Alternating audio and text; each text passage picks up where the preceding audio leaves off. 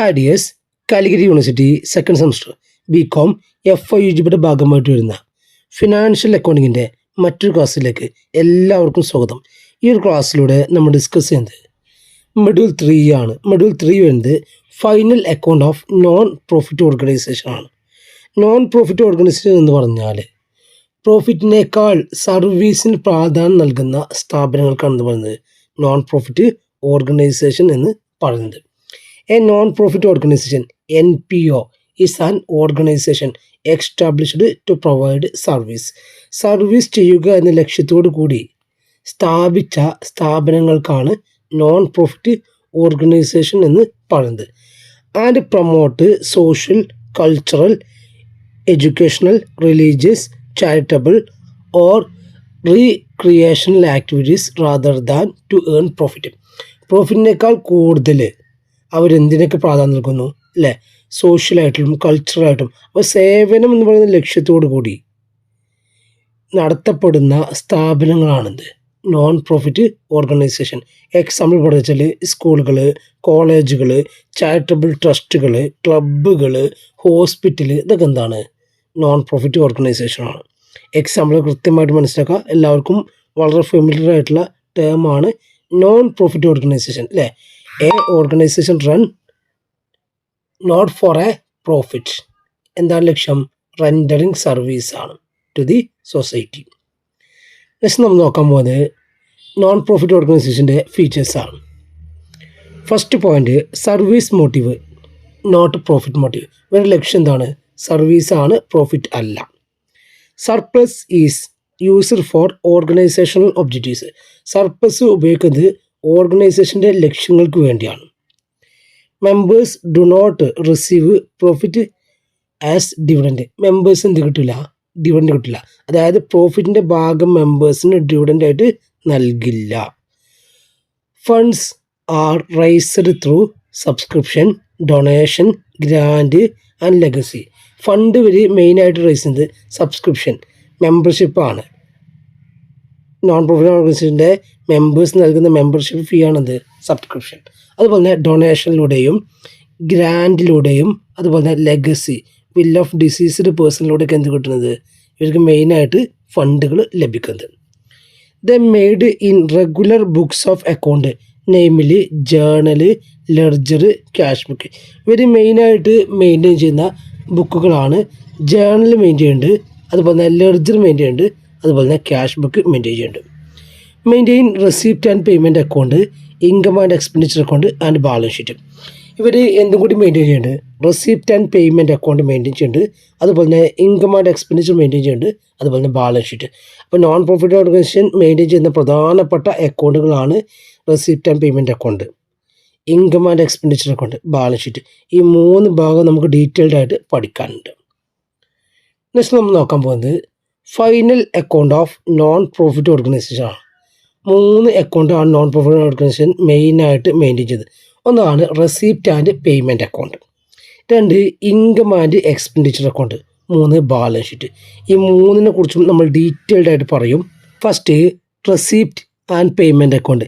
A receipt and payment account is A summary of all cash and bank transaction of A non profit organisation during an accounting period.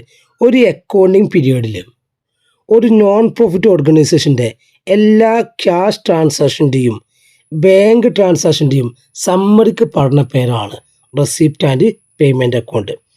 അപ്പോൾ ഒരു non profit organisation ഹോസ്പിറ്റലോ കോളേജോ ക്ലബ്ബോ മറ്റു ഏതെങ്കിലും non profit ഓർഗനൈസേഷനോ അവരുടെ എല്ലാ cash റെസിപ്റ്റിൻ്റെയും അതുപോലെ തന്നെ cash പേയ്മെൻറ്റിൻ്റെയും സമ്മറിക്ക് പറഞ്ഞ പേരാണെന്ത്? Receipt and payment account. It is prepared from the cash book. ഇത് ഉൾപ്പെടെ ചെയ്യുന്നതാണ് ക്യാഷ് ബുക്ക് എന്നാണ്. അപ്പോൾ കൃത്യമായിട്ട് മനസ്സിലാക്കുക, ക്യാഷ് ട്രാൻസാക്ഷൻ്റെയും ബാങ്ക് ട്രാൻസാക്ഷൻ്റെയും സമ്മറിക്ക് പറയുന്ന പേരാണ് receipt and payment account. Next features of receipt and payment account. First point, it is A real account. Receipt and payment account ഒരു റിയൽ അക്കൗണ്ടാണ്. റിയൽ അക്കൗണ്ട് എന്ന് പറഞ്ഞാൽ അക്കൗണ്ട്സ് ഓഫ് അസറ്റ് എന്നുള്ള അർത്ഥമാണ് അല്ലേ? റെസിപ്റ്റ് അക്കൗണ്ട് എന്താണ്? ഒരു ക്യാഷ് ബുക്കാണ്. അതുകൊണ്ട് തന്നെ ക്യാഷ് എന്താണ്? ഒരു അസറ്റാണ്. അതുകൊണ്ട് receipt and payment account real account ആണ്. Second point, record all cash and bank receipts and payment. എല്ലാ ക്യാഷ് റെസിപ്റ്റുകളും എല്ലാ ബാങ്ക് റെസിപ്റ്റുകളും അതുപോലെ തന്നെ പേയ്മെൻറ്റുമാണ് ഇവിടെ റെക്കോർഡ് ചെയ്യുക. Includes both capital and revenue items. Receipt and payment അക്കൗണ്ടിൽ ക്യാപിറ്റൽ നാച്ചുറൽ ഐറ്റംസും അതുപോലെ തന്നെ റവന്യൂ നാച്ചുറൽ ഐറ്റംസും റെക്കോർഡ് ചെയ്യും. കൃത്യമായിട്ട് മനസ്സിലാക്കേണ്ട ഒരു ഫീച്ചേഴ്സാണ്. ക്യാപിറ്റൽ ഐറ്റംസും റെക്കോർഡ് ചെയ്യും, റവന്യൂ ഐറ്റംസും റെക്കോർഡ് ചെയ്യും. Includes past, present, future period transaction. ഇവിടെ പാസ്റ്റിൽ വരുന്ന ട്രാൻസാക്ഷനും പ്രസൻറ്റ് വരുന്ന ട്രാൻസാക്ഷനും ഫ്യൂച്ചർ പീരിയഡിൽ വരുന്ന ട്രാൻസാക്ഷനും റെക്കോർഡ് ചെയ്യും. Prepared on cash basis. ഇത് റിപ്പോർട്ട് ചെയ്യുക ക്യാഷ് ബേസാണ് അല്ലേ. ഇപ്പോൾ ക്യാഷ് വന്നു റെക്കോർഡ് ചെയ്യും, ക്യാഷ് പോയി റെക്കോർഡ് ചെയ്യും. അതാണ് ക്യാഷ് ബേസിസ് എന്ന് പറഞ്ഞാൽ. അപ്പോൾ ഇത് ക്യാഷ് ബേസിസ് ആണ് എന്ത്, receipt and payment account. Begins with opening cash or bank balance and end with closing cash and bank balance. ഒരു റെസിപ്റ്റ് ആൻഡ് പേയ്മെൻറ്റ് അക്കൗണ്ട് തുടങ്ങുക, സ്റ്റാർട്ട് ചെയ്യുക ഓപ്പണിംഗ് ക്യാഷോ അല്ലെങ്കിൽ ഓപ്പണിംഗ് ബാങ്ക് ബാലൻസോ വെച്ചിട്ടാണ്. ചിലപ്പോൾ രണ്ടും ഉണ്ടാവും. ഇനി എൻഡ് ചെയ്യും എന്താണ് അല്ലേ, ക്ലോസിംഗ് ക്യാഷോ ക്ലോസിംഗ് ബാങ്ക് ബാലൻസ് വെച്ചിട്ടാണ് എന്ത് ചെയ്യുക, എൻഡ് ചെയ്യുക. Does not show surplus or deficit. ഇവിടെ എന്തില്ല, ലാഭമോ നഷ്ടമോ ഇല്ല. അപ്പോൾ ജസ്റ്റ് മനസ്സിലാക്കുക, റെസിപ്റ്റ് ആൻഡ് പേയ്മെൻറ്റ് അക്കൗണ്ട് എന്ന് പറഞ്ഞാൽ എല്ലാ ക്യാഷ് റെസിപ്റ്റുകളും ബാങ്ക് റെസിപ്റ്റുകളും റെസിപ്റ്റ് സൈഡിലും എല്ലാ ക്യാഷ് പേയ്മെൻറ്റുകളും ബാങ്ക് പേയ്മെൻറ്റുകളും പേയ്മെൻറ്റ് സൈഡിലും റെക്കോർഡ് ചെയ്യും. ഇത് ഒരു ക്യാഷ് ബേസിസ് ആയിട്ടാണ് റെക്കോർഡ് ചെയ്യുക. ഇവിടെ ക്യാപിറ്റൽ ഐറ്റംസും റവന്യൂ ഐറ്റംസും റെക്കോർഡ് ചെയ്യും. അതുപോലെ തന്നെ പാസ്റ്റിലെ ഡാറ്റയും പ്രസൻറ്റിലെ ഡാറ്റയും ഫ്യൂച്ചറിലെ ഡാറ്റയും റെക്കോർഡ് ചെയ്യും എന്നീ കാര്യം കൃത്യമായിട്ട് മനസ്സിലാക്കാം. നെക്സ്റ്റ് നമ്മൾ നോക്കാൻ പോകുന്നത് റെസിപ്റ്റ് ആൻഡ് പേയ്മെൻറ്റ് അക്കൗണ്ട് ഫോർമാറ്റാണ്. Format of receipt and payment account. ആദ്യം ഹെഡിങ് നൽകുക, receipt and payment account for the year ended 31 March. ഏത് വർഷമാണോ പബ്ലിഷ് ചെയ്യുന്നത് എഴുതണം. ഇവിടെ 2024 നൽകിയിട്ടുള്ളത്. Then receipts, amount, payments, amount. ഇവിടെ ശ്രദ്ധിക്കുക, ഇതിൽ യാതൊരു കൺഫ്യൂഷൻ ഇല്ലാത്ത ഒരു സിമ്പിൾ ഏരിയയാണ്. എല്ലാ റെസിപ്റ്റുകളും ആ നോൺ പ്രോഫിറ്റ് ഓർഗനൈസേഷന് ഏതൊക്കെ രീതിയിൽ ഫണ്ട് കൊണ്ടുപോകുക അതൊക്കെ റെസിപ്റ്റ് സൈഡിൽ എഴുതുക. ഏതെല്ലാം രീതിയിൽ അവർ പേയ്മെൻറ്റ് അവരുടെ പൈസ പോയിട്ടുണ്ട് അതൊക്കെ പേയ്മെൻറ്റിലും എഴുതുക. ഇത്ര മാത്രമേ ഉള്ളൂ. ഇനി നമ്മളിവിടെ അറിഞ്ഞിരിക്കേണ്ടത്, നമ്മൾ പറഞ്ഞ ഓരോ ഫീച്ചേഴ്സും കൃത്യമായിട്ട് അറിഞ്ഞിരിക്കണം. റെസിപ്റ്റ് ആൻഡ് പേയ്മെൻറ്റ് അക്കൗണ്ട് ഒരു റിയൽ അക്കൗണ്ടാണ് അല്ലെ പറഞ്ഞു. അതായത് ക്യാഷ് ബുക്കിൻ്റെ സെയിം പാറ്റേൺ ആയതുകൊണ്ടാണ് റിയൽ അക്കൗണ്ട് എന്ന് പറയാൻ കാരണം. പിന്നീട് പറഞ്ഞിരുന്ന ഫീച്ചേഴ്സ് ആയിരുന്നു receipt and payment account open ചെയ്യുക ക്യാഷ് ബാലൻസ് വെച്ചിട്ടോ ബാങ്ക് ബാലൻസ് വെച്ചിട്ടോ ആയിരിക്കും. ചിലപ്പോൾ ഇത് രണ്ടും ഉണ്ടായിരിക്കും. അപ്പോൾ cash in hand, cash at ബാങ്കാണ് ഫസ്റ്റ് വരിക, ഓപ്പണിംഗ് ക്യാഷ് ബാലൻസ് ആണ്. ദെൻ എൻഡ് ചെയ്യുക closing cash and bank balance ആണ്. ഇവിടെ എന്തില്ല, there is no surplus or deficit. ലാഭമോ നഷ്ടമോ എന്തിലില്ല, റെസിപ്റ്റ് ആൻഡ് പേയ്മെൻറ്റ് അക്കൗണ്ടിൽ ഇല്ല. ദെൻ വരുന്ന പ്രധാനപ്പെട്ട റെസിപ്റ്റുകളാണ് സബ്സ്ക്രിപ്ഷന്. മെമ്പേഴ്സിൻ്റെ കയ്യിൽ നിന്ന് കിട്ടുന്ന മെമ്പർഷിപ്പ് ഫീസാണ് എന്ത്, subscription. Then entrance fee, donations, interest received, sale of അസറ്റുകൾ വിറ്റത്, സെയിൽ ഓഫ് ഇൻവെസ്റ്റ്മെൻറ്റ്, ലെഗസീസ്, അസുഖം ആയ ആളുകൾ അവർ അന്ത്യഭിലാഷം എന്തെങ്കിലും അവരുടെ സ്വത്തുകളോ അല്ലെങ്കിൽ അവരുടെ പ്രോപ്പർട്ടീസൊക്കെ നൽകും. അതിനാണ് ലെഗസി എന്ന് പറയുന്നത്. അതിൻ്റെ മീനിങ് നമുക്ക് പിന്നീട് ഡീറ്റെയിൽഡായി ഡിസ്കസ് ചെയ്യാം.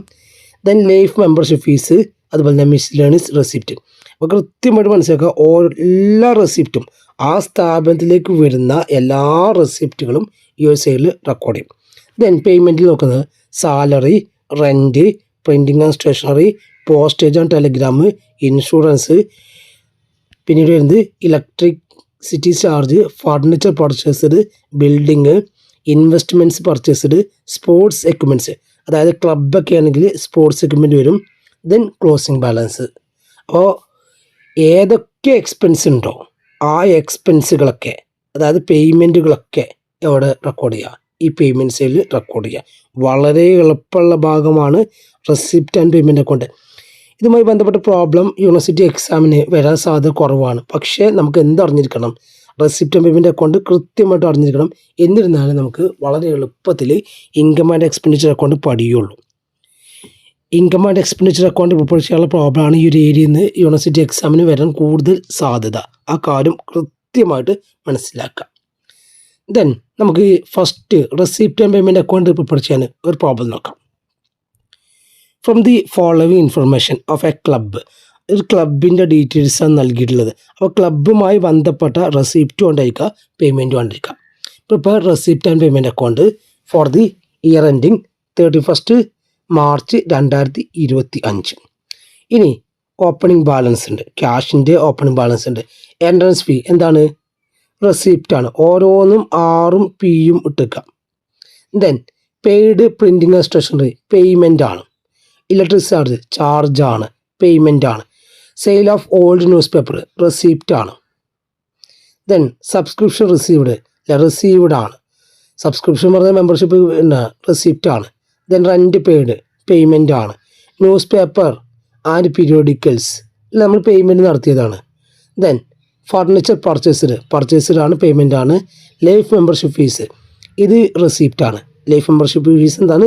റെസിപ്റ്റ് ആണ്. അപ്പോൾ എല്ലാ ഫീസും ഡൊണേഷനും ഒക്കെ എന്തായിരിക്കും? ഒരു നോൺ പ്രോഫിറ്റ് ഓർഗനൈസേഷൻ സംബന്ധിച്ചിടത്തോളം റെസിപ്റ്റ് ആയിരിക്കും.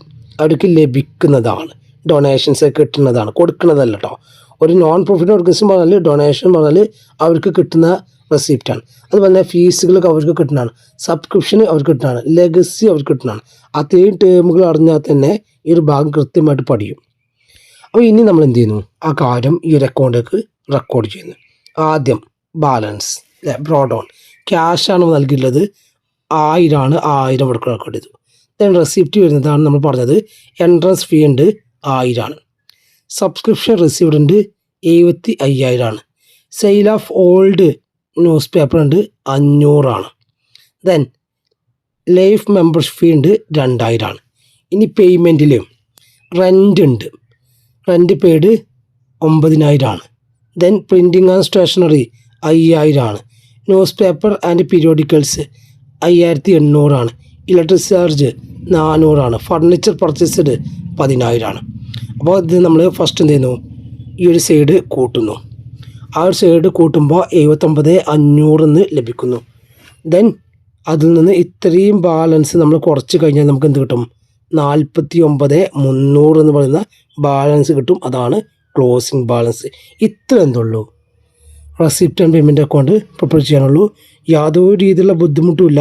ആ ഒരു ചോദ്യത്തിന് നൽകിയ എല്ലാ റെസിപ്റ്റുകളും നമ്മൾ എന്ത് ചെയ്യുന്നു? റെസിപ്റ്റ് സൈഡിലും എല്ലാ പേയ്മെൻറ്റുകളും പേയ്മെൻറ്റ് സൈഡിലും അലോക്കേറ്റ് ചെയ്യുന്നു. ഈ ഒരു കാര്യം കൃത്യമായിട്ട് അറിഞ്ഞാലേ ഇൻകം ആൻഡ് എക്സ്പെൻഡിച്ചർ നിങ്ങൾക്ക് വളരെ എളുപ്പത്തിൽ സോൾവ് ചെയ്യാൻ കഴിയുള്ളൂ. അപ്പോൾ നമ്മൾ ഈ ഒരു ക്ലാസ്സിൽ എന്താണ് നോൺ പ്രോഫിറ്റ് ഓർഗനൈസേഷൻ, അതിൻ്റെ ഫീച്ചേഴ്സ്, എന്താണ് റെസിപ്റ്റ് ആൻഡ് പേയ്മെൻറ്റ് അക്കൗണ്ട്, അതിൻ്റെ ഫീച്ചേഴ്സ്, റെസിപ്റ്റ് ആൻഡ് പേയ്മെൻറ്റ് അക്കൗണ്ടിൻ്റെ ഫോർമാറ്റ്, ഒരു പ്രോബ്ലംസാണ് ഡിസ്കസ് ചെയ്ത് കൃത്യമായിട്ട് ഓരോ കാര്യങ്ങളും മനസ്സിലാക്കുക. അടുത്തൊരു ക്ലാസ്സിൽ നമ്മൾ ഇൻകം ആൻഡ് എക്സ്പെൻഡിച്ചർ അക്കൗണ്ടും അതുമായി ബന്ധപ്പെട്ട കാര്യങ്ങളും ഡിസ്കസ് ചെയ്യും. Okay, thank you.